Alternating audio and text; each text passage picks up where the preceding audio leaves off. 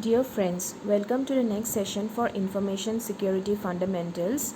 So, in our previous session, we have discussed briefly regarding the OSI model of the network models. So, in today's session, we will be going through each of those layers in a more detailed manner. So, let us get started. So the various layers in the OSI model can be categorized into 7 different layers, starting from the physical layer to application layer. So physical layer is basically the lowermost layer of the network model, followed by data link layer, then network layer, transport layer, session layer, presentation layer, and application layer. So basically application layer is responsible for hosting all those applications which are directly accessible to the user. So the first layer, which is the physical layer, it is responsible for movements of individual bits from one hop or node to the next. So as we already know that whatever we write in the computer or whatever message we want to send across to some other system using a particular network, we have to convert all those messages, or the computer converts all those messages into bits, which means it will convert it into forms of ones and zeros, and these bits will be transferred across the network for effective transmission of the message. So the physical layer is basically responsible for the movements of this individual bits. The various functions of the physical layer includes representation of the bits initially. It also defines the physical characteristics of interfaces and media. It also takes care of the data rate, that means the rate at which the data can be transferred.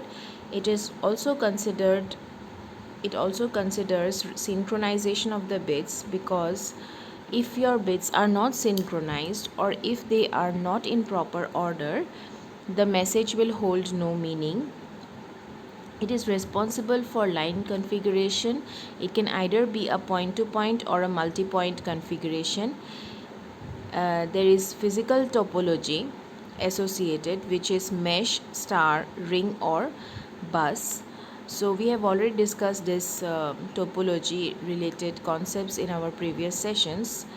So the final function it provides is the transmission mode, which means it might be either a simplex, which might be a one-way communication, both-way communication, or one at a time communication. So this physical layer is basically the lowermost level of the entire network model and is responsible for transmission of the individual bits, keeping into consideration the various data representation, synchronization, and the connections between the devices. Moving on to the next layer, which is the data link layer. Now whatever is done in the previous layer, which is the physical layer, it is in the form of bits. In the data link layer, it is in the form of frames.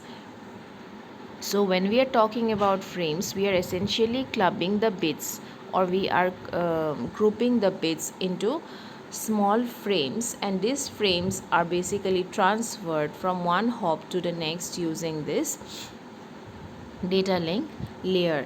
The function includes framing, which is grouping of those individual bits, physical addressing, which means identifying the physical addresses of the source as well as destination, flow control, which means the flow in which the data is transferred needs to be controlled, because if the flow is not controlled, then the data might be transmitted, or the frames might be transmitted to some other destination instead of the intended destination, and it might also not be in proper order. It also takes care of error control. There are several error control mechanisms in network. We will do that in our subsequent sessions, and access control, which is associating various access related policies and guidelines to those frames or those data that is being transmitted in order to maintain security. Now let us take this example. So suppose in this particular example, node number 10 wants to send a message to node number 87.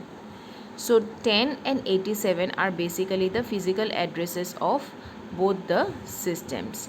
Now these two nodes are connected within the same network, and at the data link level, this frame contains physical address in the header. So when we are talking about the first layer, which is the physical layer, so it does not have all this information related to the data packet or the data frame. However, here we have in the data link level, we have various information related to the same data. So that is the source address, destination address, as well as the data, and also a trailer. The trailer basically it is considered for error correction. So there are some extra bits we store in this particular frame in order to correct any type of error. So on this particular bits, on this particular trailer, various error control mechanisms are also introduced. So here in the data link level, the source address and the destination address is of utmost importance, and these are associated in the header of the particular frame. So whenever in the header we associate the destination address and the source address, it becomes easier for the message to travel across the network and reach the intended destination. So this is basically the concept of data link layer, where we will be associating the addressing as well as error control part with the existing data which was transmitted initially from the physical layer.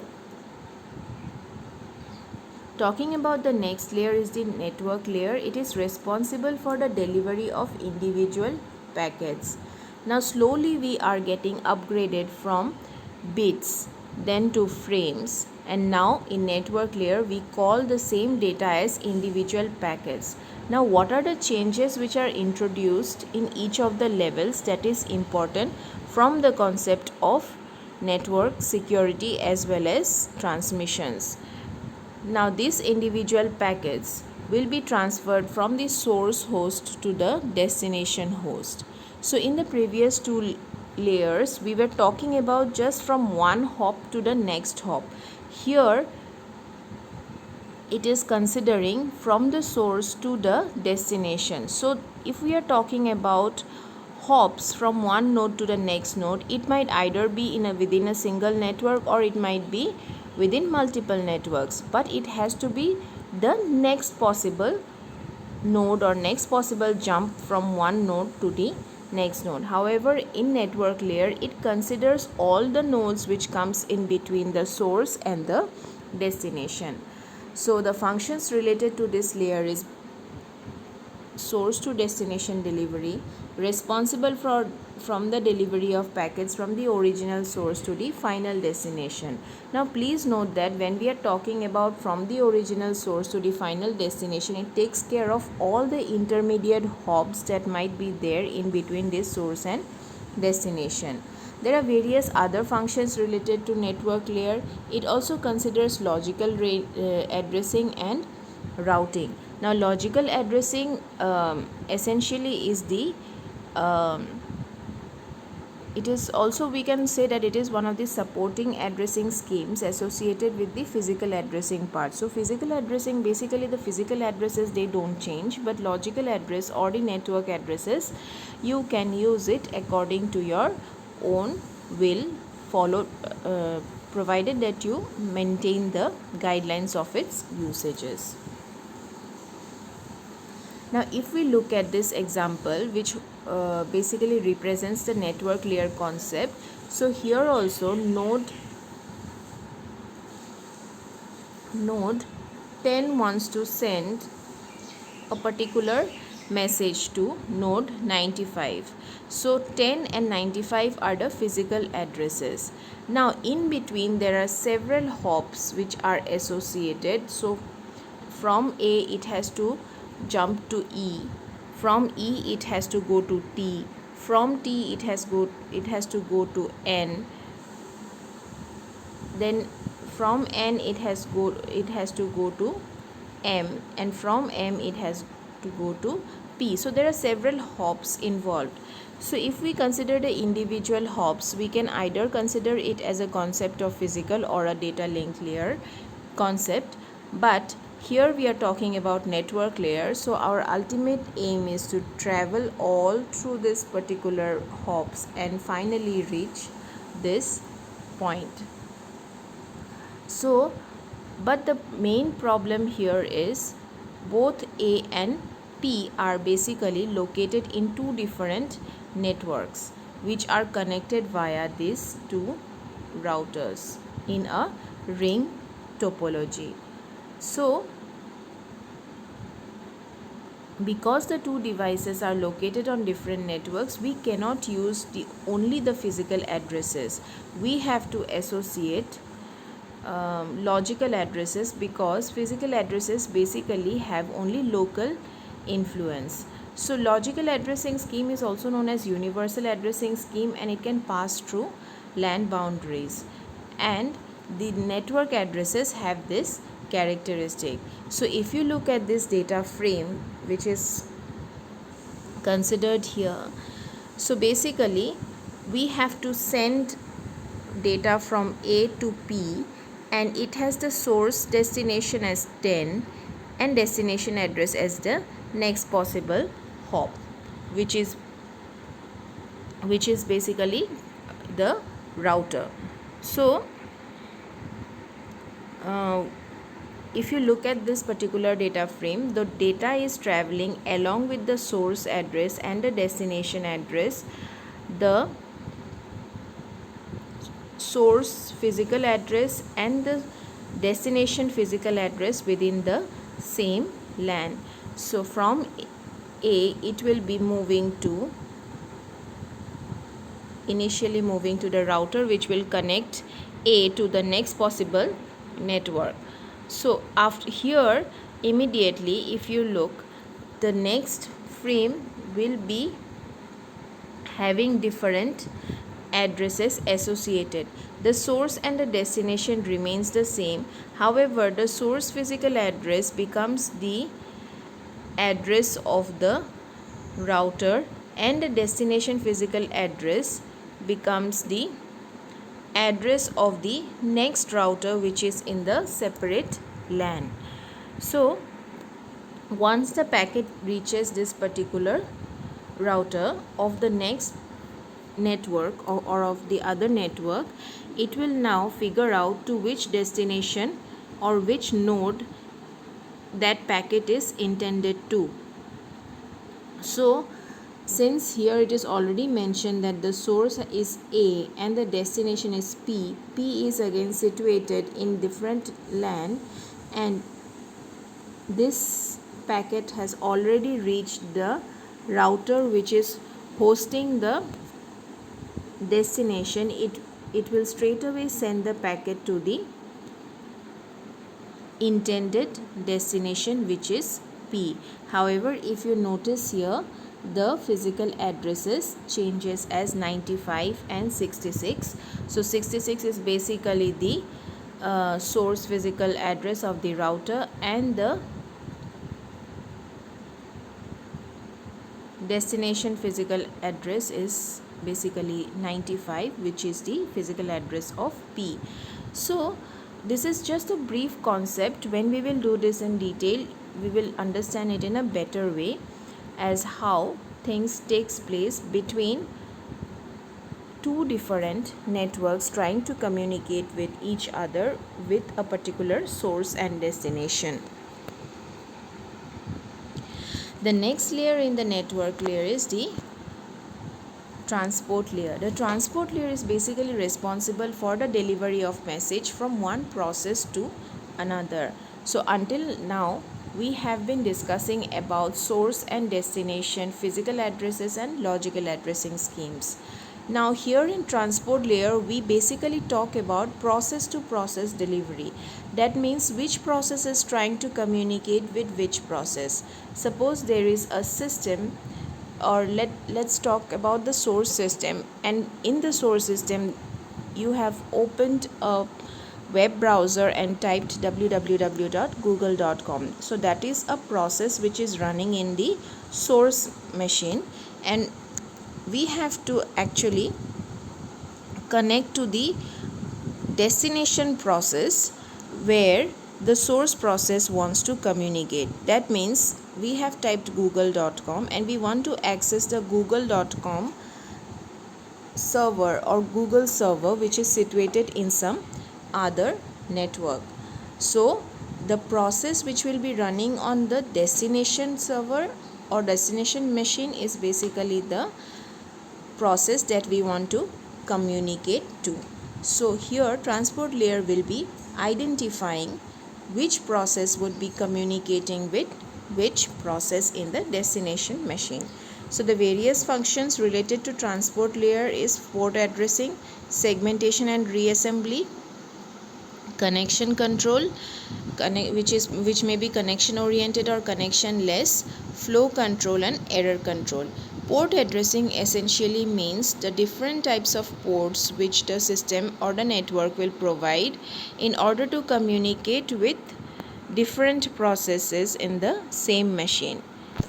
So it is basically like a docking point where the system will try to communicate with that particular port for any type of message exchange between different nodes. So looking at this particular example, it is basically data coming from the upper layers have port addresses as J and K. So J is the address of sending process and K is the address of the receiving process. Now the problem is since the initial packet is basically larger in size, which the network will not be able to handle, so the data is splitted into two different parts, which is data 1 and data 2, and then it is sent across the transport layer. And also for both of these two data, the source and the destination addresses are attached, which is basically the network address. So once the data is sent from the machine, it passes through the transport layer and the data is splitted into two, and then through the transport layer it will be it will be passing through the network layer. So when it is passing through the network layer, the network addresses are associated, and after that this data is again encapsulated in the data link layer for its physical addresses, and then it will be passed through the physical layer to the destination machine. In the destination machine, the uncapsulating or the unwrapping of the data packets are done until and unless it reaches the user machine. So this is the entire process, how your data packet will travel through the different layers and reach the destination machine. However, we have to remember that in all these layers there are different types of mechanisms which are associated in order to make your data error free and in a synchronized and presented in a synchronized manner. So the fifth layer is the session layer. It is responsible for dialog control and synchronization. So the data, if it is not properly synchronized and there is no proper confirmation that the data is received it is of no use. So session layer will be taking care of maintaining and synchronizing the interactions between various communicating systems.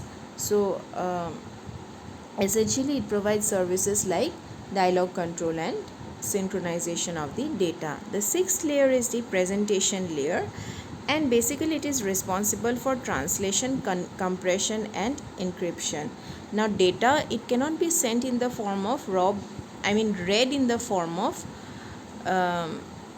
bits, or cannot be read in the form of ones and zeros. It needs to be translated, or sometimes the data needs to be compressed, and it also needs to be encrypted to send it across to different machines. So the presentation layer will be taking care of this, which is mostly concerned with the syntax and semantics of the system, syntax and semantics of the information exchange between two systems, and its functions corresponds to translation, encryption and decryption and compression. Translation essentially is the process of translating one file format to the next file format, so that it can be easily read by the computer and retranslated back so that it can be read by the user.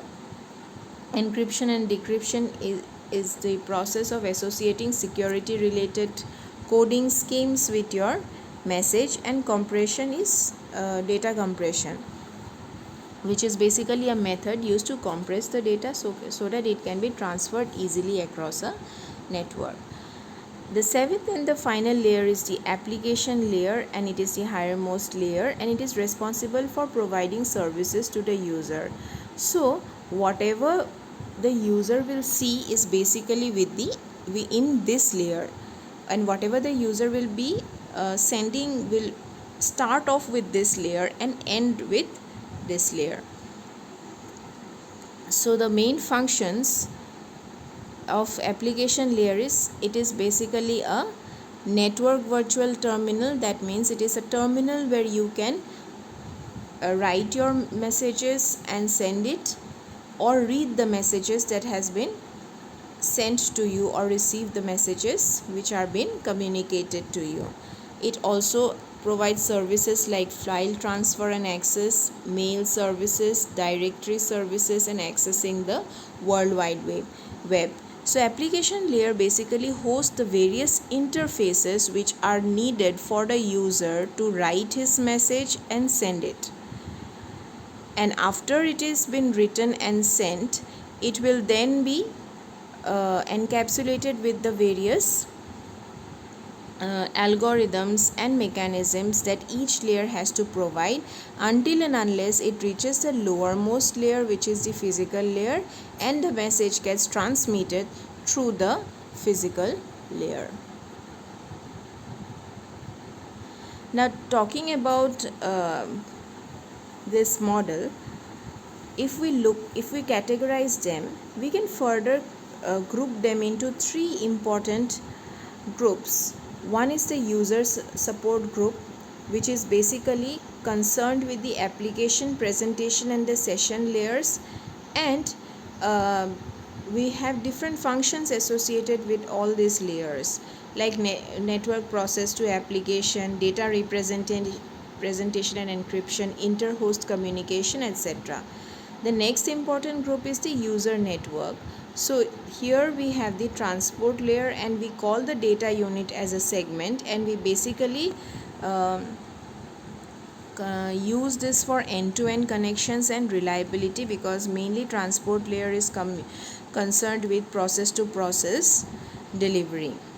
And the final group is the network support layers, where we have data in the form of bits, frames and packets in the physical data link and network layer respectively, and we have various functions associated with all of them, like path determination and logical addressing, physical addressing, media signal and binary transmission. Out of all these layers, we have to understand that basically we are able to view the application layer where we can check out on various applications and make use of them, and this forms the highest level of the network layer, and the physical layer is the lowest level of the network layer. And basically here the entire data is converted into ones and zeros or bits, and it is transmitted across any physical medium. So that is all for this session. Thank you.